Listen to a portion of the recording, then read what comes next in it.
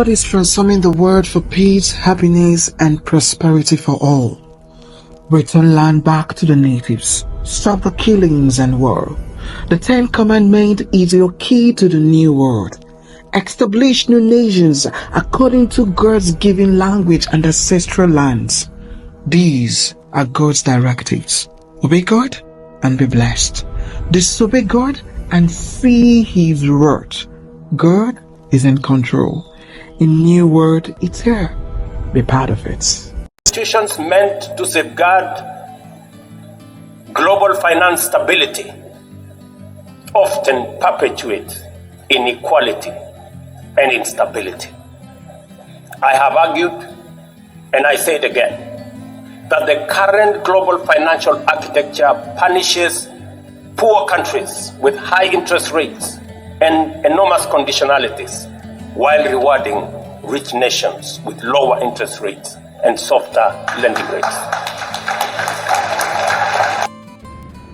Welcome back to our channel, where we dive into the most pressing issues shaping our world today. In our last video on episode 3, we dealt with divine community governance. The community, which consists of families, are the pillar of nation and the world. It stresses the care for families and communities, which transform into peaceful, happy, and prosperous nation. Now, once our family have peace, happiness, and prosperity, it is a foregone conclusion that we'll have a better world. We need a better world now. So if you missed this important video, please check our YouTube channel, Natural World Youth. Please note that whatever we discuss on this channel is out of the book Natural World Restoration. This book was written under divine guidance and is presently free to download. The link is below this video. Today's video will be covering some aspects of chapter 1 to 4 of the book. So we will be discussing on the world we live in. The present world order, which is built on power and wealth, has filled the world. Now, some elders worried about the unfortunate happenings in the world after World War II, and it created a structure that can manifest peace, happiness, and prosperity for the world.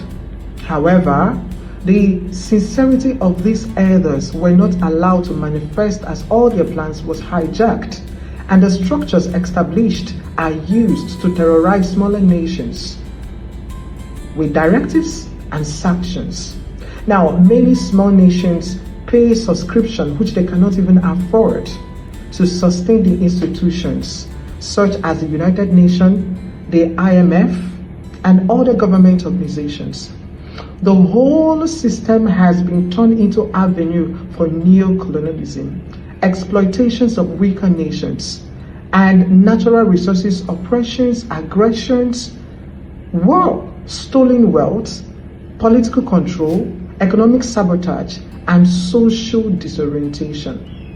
Now, the so-called powerful and wealthy nations have successfully transformed wealthy nations into poor nations through the stealing of their mineral resources and the use of sophisticated weapons to brutally kill, destroy nations.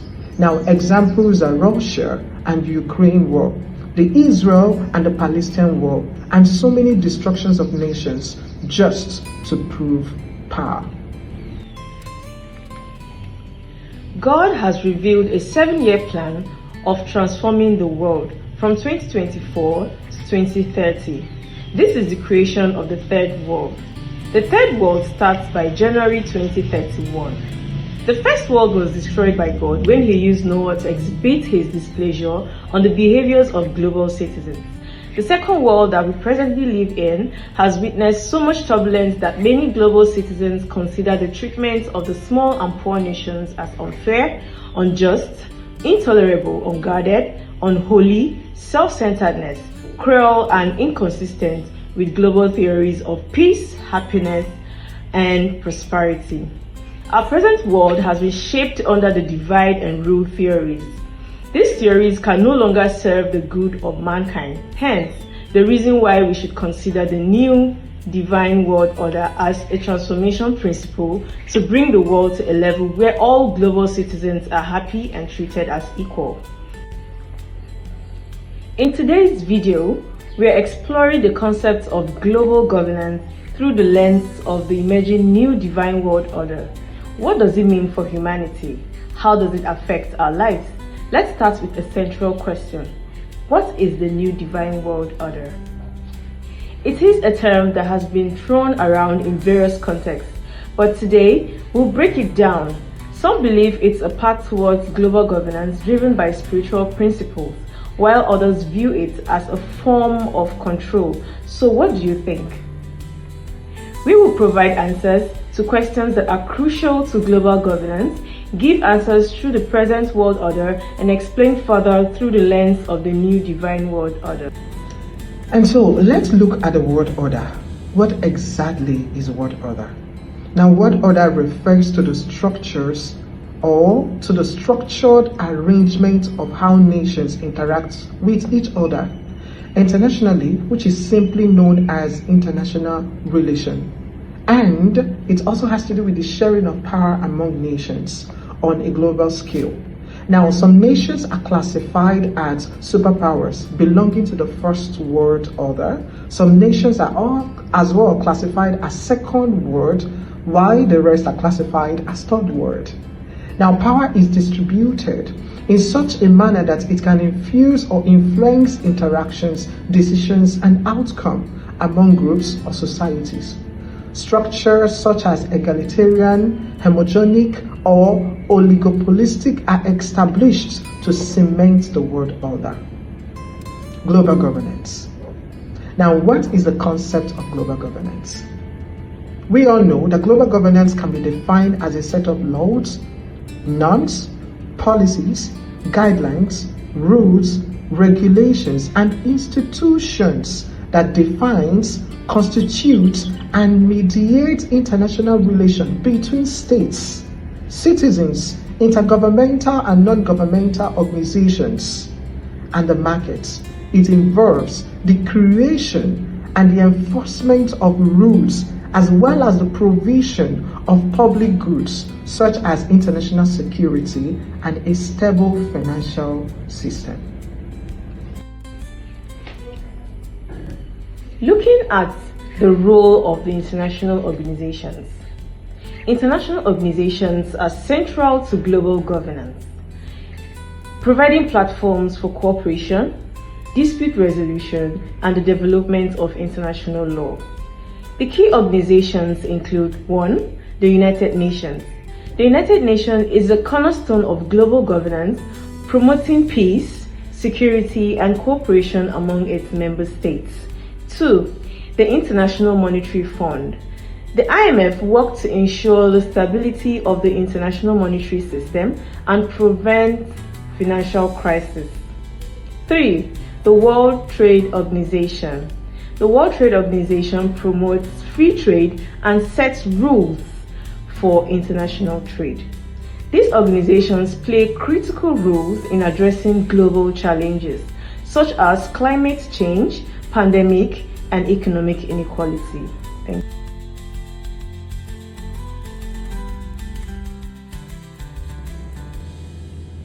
Now let us examine the new divine world order. What is it exactly? Now, the new divine world order is a system on how citizens organize their nations, how such nations interact among nations in the same continent, and how continents relate with one another. So it is a system based on establishing a strong foundation of families and communities playing important role in global governance. It is a system where building an egalitarian society devoid of the class system, wealth, and power politics. It is the goal. It is a system where all nations are stakeholders, not shareholders and stakeholders. The divine global governance. What is it? The divine global governance can be defined as a set of divine directives and institutions on how international relations between nations, citizens, communities, continents and elders create an enabling environment for security, trade, and financial stability for the world. It is based on the promise that all citizens of the world must enjoy peace, happiness, and prosperity, which are the core principles of the natural world. The new divine world order. Now, this has been arranged in form of articles, and so we're going to be looking at the principle which is divided into political, economic, and social aspect of governance. Now, let's look at the political part. Number one, it has to do with the activation of the third word, which begins January 1st, 2031. Now, the first word was destroyed by God, as we all know. The second word is going through transformation. It started January 1st, 2024 and ends December 31st, 2030. Number two, there shall be no kings, queens, and political parties engaged in running the affairs of the nations. And the word, which will take effect from June 2027, the monarch and the political parties have had their fair share of governance. The democratic governance of the world shall be supervised by God through the elders, and citizens shall take control of governance without representations. Number three, no government of any nation has any right over its citizen. For the wealth of the nations, the natural resources, including human capitals, and as such, cannot make decisions on their behalf. The citizens make their decisions on matters of national and world interest, and their government act on such decisions. Number four, the world, continent, nations, and communities must have new constitutions using the 10 commandments as the foundations of laws. Looking at the economic aspects of governance. 5. There shall be trade without tariffs among the nations of the world. 6. Nations must live within their means, no borrowings. 7. There shall be no interest or money borrowed for development. 8. The natural resources distributed around the world are for the benefit of the citizens of each nation for their financial empowerment. 9. The value of talent in human beings is more than the resources buried under the ground. Stop killing people. 10. The natural resources shall be exchanged to reflect their real value, yet without the pursuit of profit, as God provided them freely. So we look at the social. Number 9. No nation or human being is superior to another. Human beings are created equally, had equal status, and shall be treated equally. Now, all cultures and set values that discriminate against women in any form are hereby forbidden. Discriminating nations is also forbidden. Number 12. The world is created for happiness. Not just only for happiness, prosperity as well. So, not war, not sorrow, and not poverty. It is not a battlefield. It is not an avenue for satanic activities or a platform for oppression and aggression, but a place to convert God's will.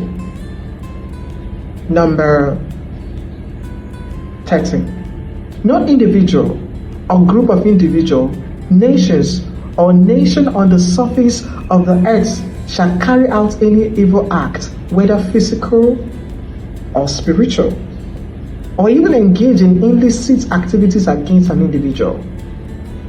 A group of individuals, a nation, or nations, satanic practices and cultism of any kind are also forbidden. The last one. No individual or nations shall be recognized as noble, wealthy, or powerful in the world, in societies because of their wealth or military power. Only those individuals and nations that have contributed to peace, happiness, and prosperity, and the advancement of humanity shall be accorded place of honor. The manufacture of weapons of destruction is forbidden, and all military base must be dismantled.